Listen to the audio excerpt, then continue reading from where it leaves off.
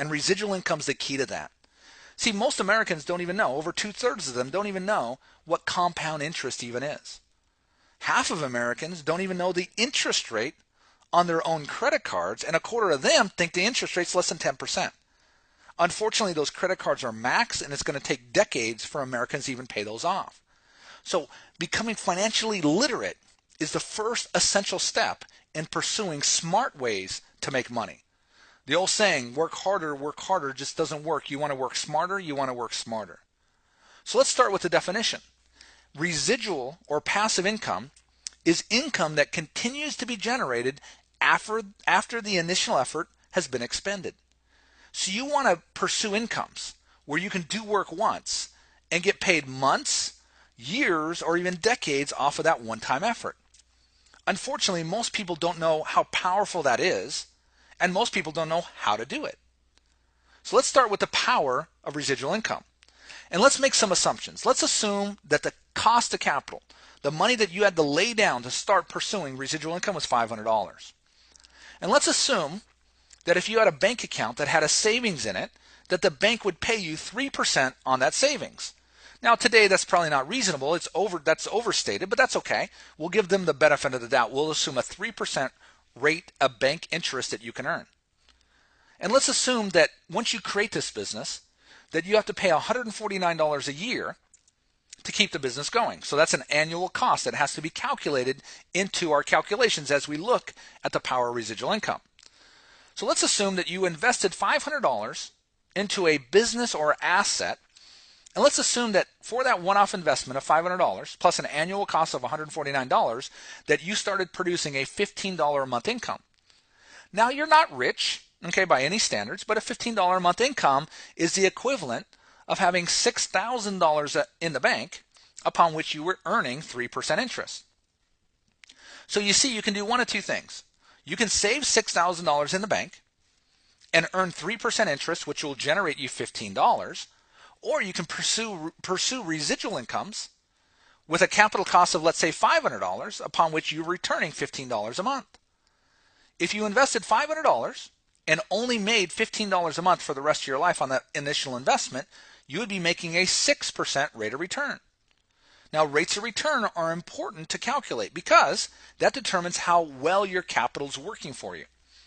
See, if you invested in the stock market in the last 10 years, you've lost about 25% of the capital that you put in. So you have a negative 25% rate of return.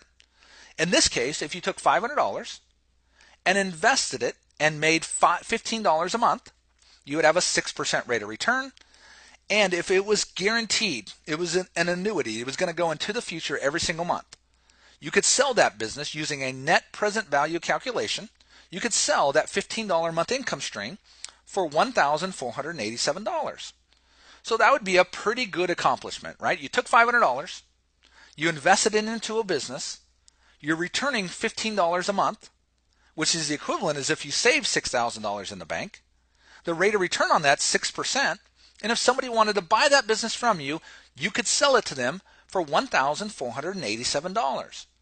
So residual income, passive income, is very, very powerful because it is the equivalent of money in the bank. So let's look at $100 a month of passive income.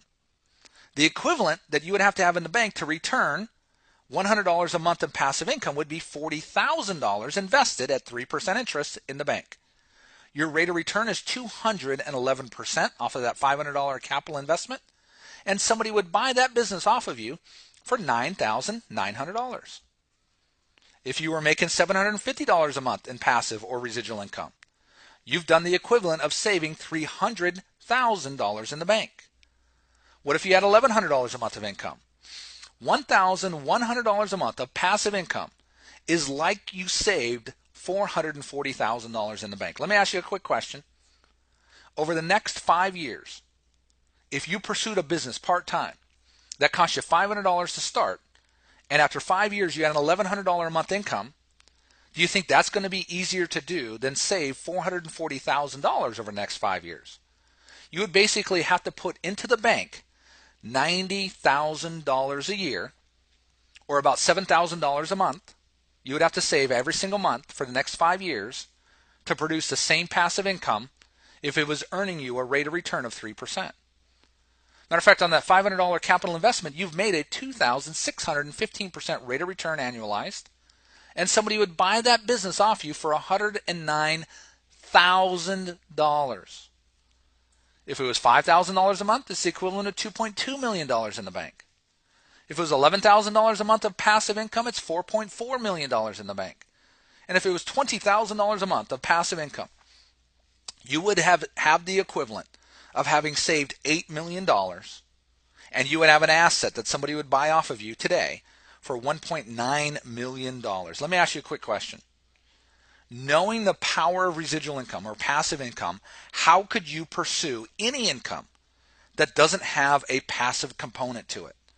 Once I discovered this, and I've got an MBA, once I discovered this, I realized I could never pursue linear income ever again, time for money.